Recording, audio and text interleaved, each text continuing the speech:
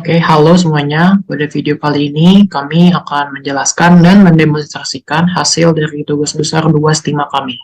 Sebelumnya, perkenalkan, di sini kelompok kami beranggotakan 3 orang, yaitu Farhan Nabil Suryono dengan NIM 135211114, lalu saya sendiri, Febrana Rotahia 135211120, dan Made Debi Almadia dengan NIM 135211153.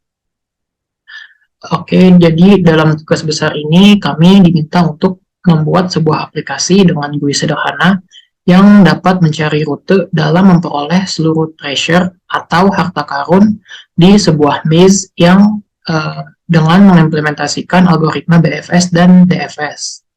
Program ini nanti dapat menerima dan membaca input sebuah file TXT yang berisi maze yang akan ditemukan rutenya dalam mencari seluruh treasure yang ada.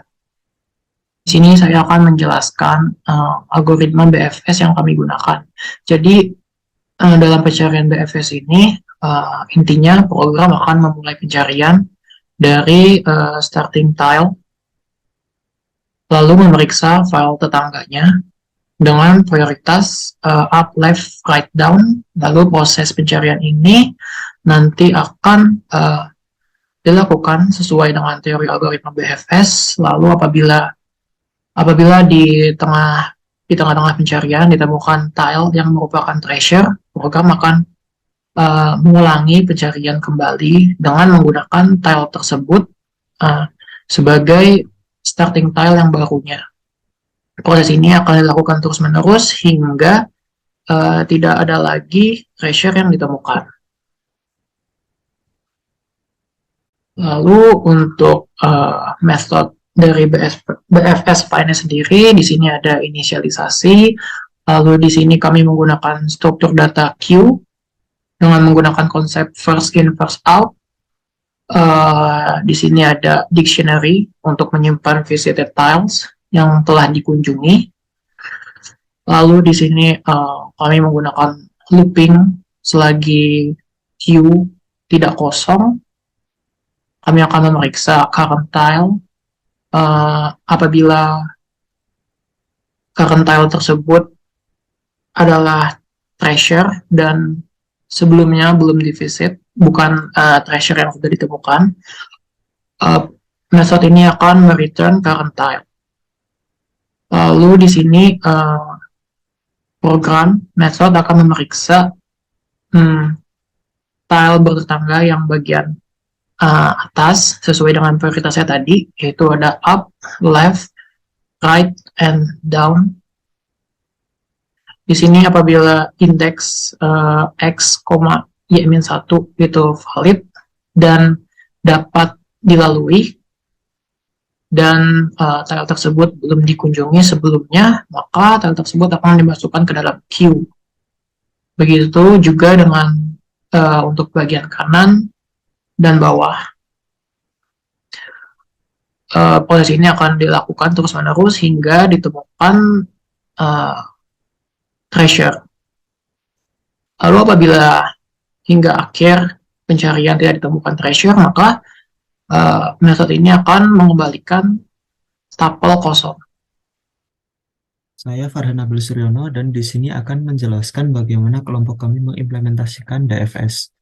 DFS kami buat sebagai suatu metode di dalam kelas maze dan dimulai dengan menginisialisasi beberapa variabel yaitu DFS tag, preview style, visited, dan visit treasure, serta red node yang akan menjadi hasil keluaran dari fungsi ini. Pertama, untuk pref style dan visited, karena sebagai dictionary kami inisialisasi terlebih dahulu isinya dengan cara semua tile, pref tile-nya bernilai 0 dan visited tile-nya bernilai false. Lalu untuk memulai proses dari DFS ini sendiri, kami push starting tile, yaitu tile yang memiliki nilai K, dan memasuki while loop, di mana loop ini akan dijalankan selama stack tidak kosong. Pertama, kami melakukan pop terhadap DFS stack, dan top yang tadi akan dimasukkan ke current tile.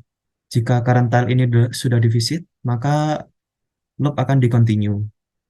Dan jika belum, maka loop akan berlanjut ke bawahnya, di mana current tile akan dimark sebagai visited dan red node akan ditambahkan current tile.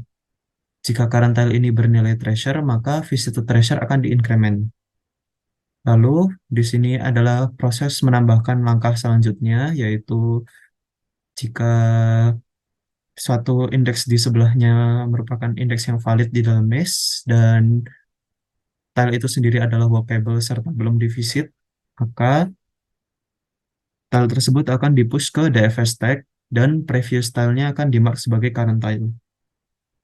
Lalu di sini akan mengimplement variabel CNT. Di sini kami menggunakan prioritas up, left, right, down. Jadi di sini untuk proses penambahan langkahnya dimulai dari down dulu, dibalik agar yang di top merupakan yang lebih prioritas karena ditambahkan terakhir. Lalu jika visit tracer sudah bernilai tracer count atau semua tracer sudah divisit, maka loop akan diberhentikan. Lalu ini adalah mekanisme backtrack di DFS kami, yaitu apabila CNT tadi sama dengan 0, berarti tidak ada indeks valid, walkable, dan belum divisit di sekitarnya, maka berarti dianggap sebagai jalan buntu dan melakukan backtrack. Backtrack dilakukan dengan cara memundurkan current tile hingga current tile bernilai dari previous tile dari top DFS tag saat ini. Di sini kami juga memastikan bahwa DFS tag ini topnya udah pasti belum divisit. Untuk loopnya sendiri sudah berhenti sampai sini, lalu DFS tag nanti kami kosongkan dan fungsi DFS ini akan mengembalikan red node. Oke, di sini kami juga mengimplementasikan TSP, Traveling Salesman Problem, menggunakan algoritma BFS, di mana setelah ditemukan treasure terakhir, kami akan mencari titik awal atau starting point dari tile treasure tersebut. Kurang lebih untuk algoritmanya sama seperti BSPS, hanya saja perbedaannya di sini yang dicari adalah starting point. Oke, halo. Jadi kenalin aku Dea dan di sini aku bakal mendemokan aplikasi yang sudah kita buat. Jadi nama aplikasi itu adalah Treasure Hunt Solver. Untuk menggunakan aplikasi ini cukup simpel. Yang pertama itu kita harus input dulu file txt yang berisi format dari maze yang akan kita kalkulasi. Jadi di sini itu aku bakal milih file test5. Jadi setelah dipilih itu bakal muncul visualisasi maze awalnya tanpa kalkulasi apapun. Nah, tahap selanjutnya itu kita tinggal memilih algoritma yang kita mau. Di sini tuh ada 5 buah algoritma. Yang pertama ada BFS, DFS, lalu ada TSP yang menggunakan algoritma BFS. Kemudian dua algoritma yang lain ini sebenarnya hanyalah sebuah eksperimen, yaitu menggunakan gabungan antara DFS dan juga Dijkstra. Nah, kita membuat algoritma ini hanya sebagai benchmark sebenarnya untuk algoritma lain. Jadi untuk menentukan apakah sebenarnya path tersebut itu merupakan path yang paling optimal.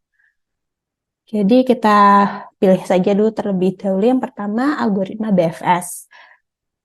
Setelah memilih algoritma itu, kita tinggal klik tombol search. Jadi di sini akan dikalkulasi path-nya dengan menggunakan algoritma BFS. Jadi di sini diperoleh rutenya seperti ini, kemudian jumlah node-nya, jumlah step-nya, dan juga waktu eksekusinya. Di maze juga terlihat si Kobo ya lagi jalan-jalan dengan rute yang didapatkan dari algoritma BFS. Kemudian kita coba untuk algoritma DFS. Bisa dilihat rutenya berbeda dengan algoritma BFS dan ya lebih panjang ya. Kemudian ada algoritma TSP-nya. Jadi di sini setelah mendapatkan treasure terakhir itu dia akan kembali ke posisi start. Kemudian kita coba lihat apakah path tersebut merupakan path terpendek. Bisa dilihat shortest path-nya itu berbeda dengan algoritma BFS. Jadi inilah kenapa kita juga membuat shortest path untuk memperlihatkan apakah algoritma sebelumnya itu merupakan hasil yang paling optimal. Dan kenapa BFS tidak selalu optimal itu karena BFS dari program ini mencari jalur paling optimal antara satu treasure ke treasure lain. Oke, selanjutnya ada shortest path yang TSP. Untuk algoritma ini sama seperti TSP yang menggunakan BFS ya.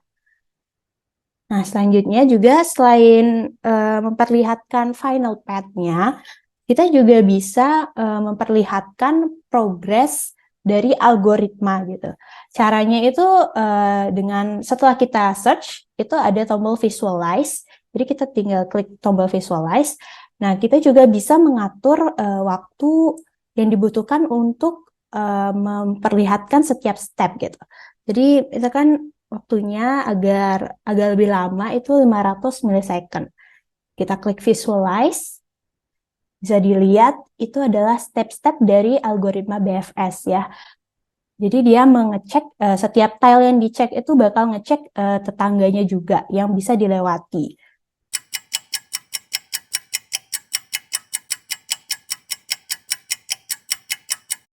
Oke, itu untuk progres dari algoritma BFS.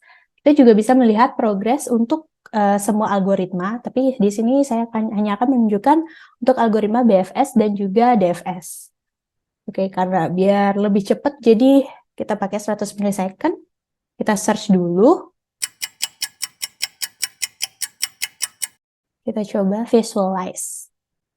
Nah, jadi ini adalah step dari algoritma DFS, itu sebenarnya sama dengan final path-nya. Oke, sekian video demo Tubes dari kelompok Saussure Enjoyer. Apabila ada kesalahan kata, kami mohon maaf. Semoga video demo ini dapat bermanfaat dan mudah dimengerti. Terima kasih.